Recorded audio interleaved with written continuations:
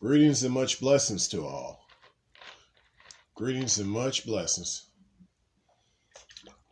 Had to take a swig before I do this particular video.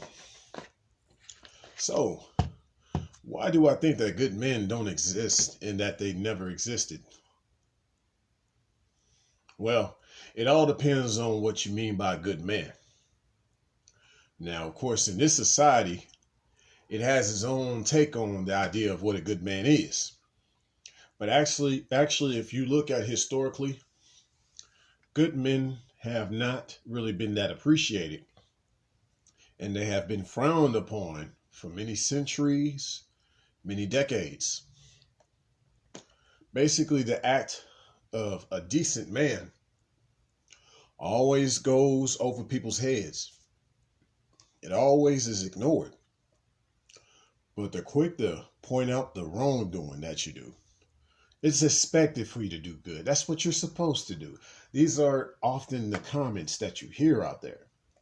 So, but let's get biblical with this because that's what this particular channel of mine is about.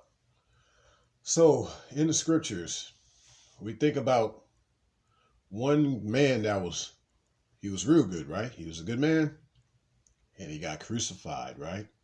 So, we all know about him. His name's Jesus Christ. For some, they say Yeshua HaMashiach. So, he was a good man. Try to look out for everybody. Not everybody appreciated his goodness. A good man. What is really a good man? See, here's the thing. Back in those days when the story talks about Jesus and things like that,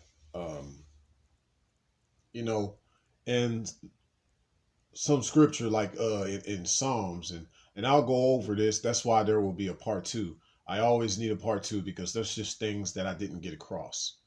And but yeah, I believe in Psalms it talks about how the steps of a good man are ordered by the Lord, and he who delighteth in his way. So, but then you fast forward, you have someone like Jesus saying, "Why do you call me good? There's none good, no, not one." Even though he was the embodiment of everything good, as you'll see what I mean by that here. He didn't want to acknowledge that because he knew that man wasn't good at all.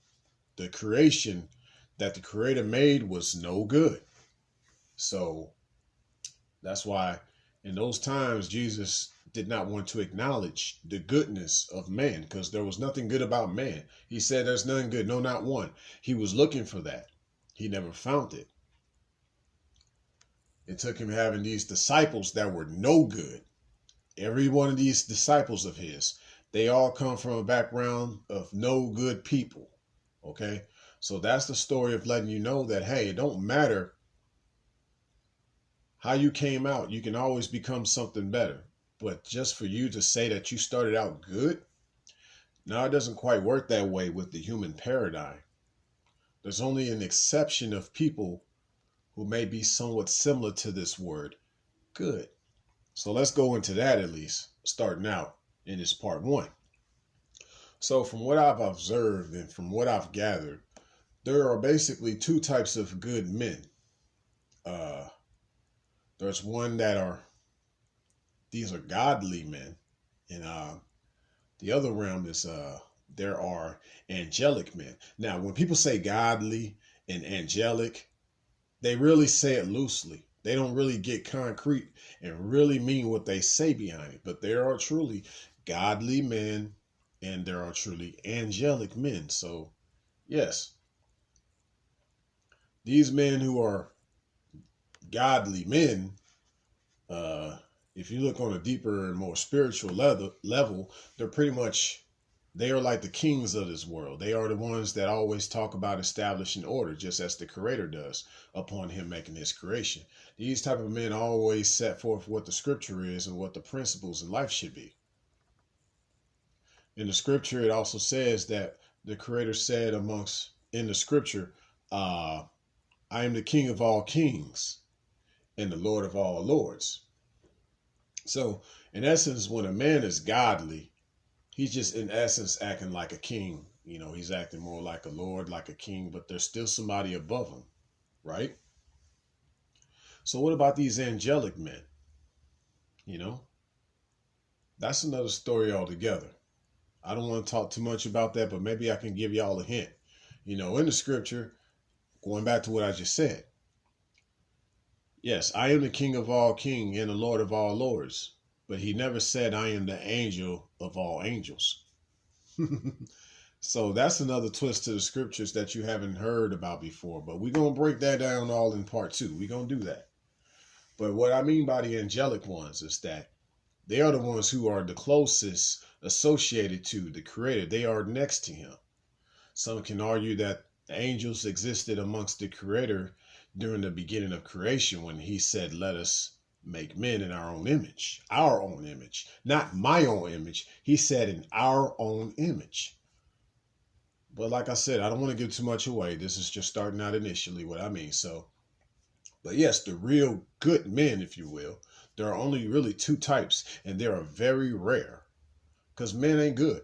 So what are these guys that look like men, but you call them good men? They're something that is beyond the realm of our understanding. These are truly angels and godly men in a human form per se. These godly men, now see, here's the deal with the godly men. They are still like humans. They're still men per se, but they are of the highest esteem. You know, whether they're the firstborn, second, lastborn of their litter, of their generation per se, but they had a lot of godliness instilled in them to where they can be leading men of their families and their generation.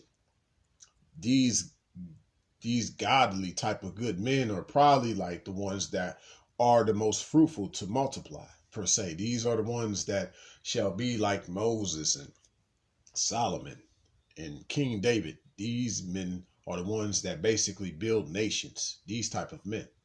And then you have your other sector of, quote, good men who are more angelic.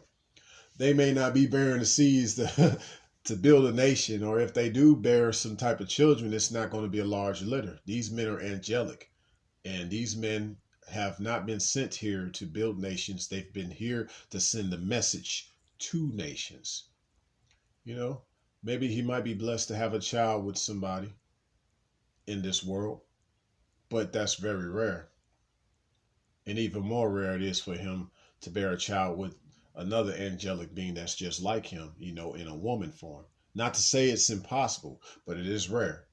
Of course, those angelic offspring are some of the most beautiful offspring to ever be birthed on this planet. And the Creator has a place for that angelic offspring. But this is what I mean by good men never existed, because a man can never be good, because to be good is to be the Creator, and no one can be the Creator.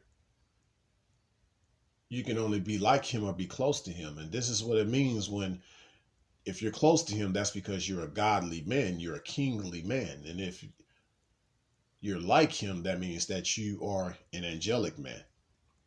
Much blessings.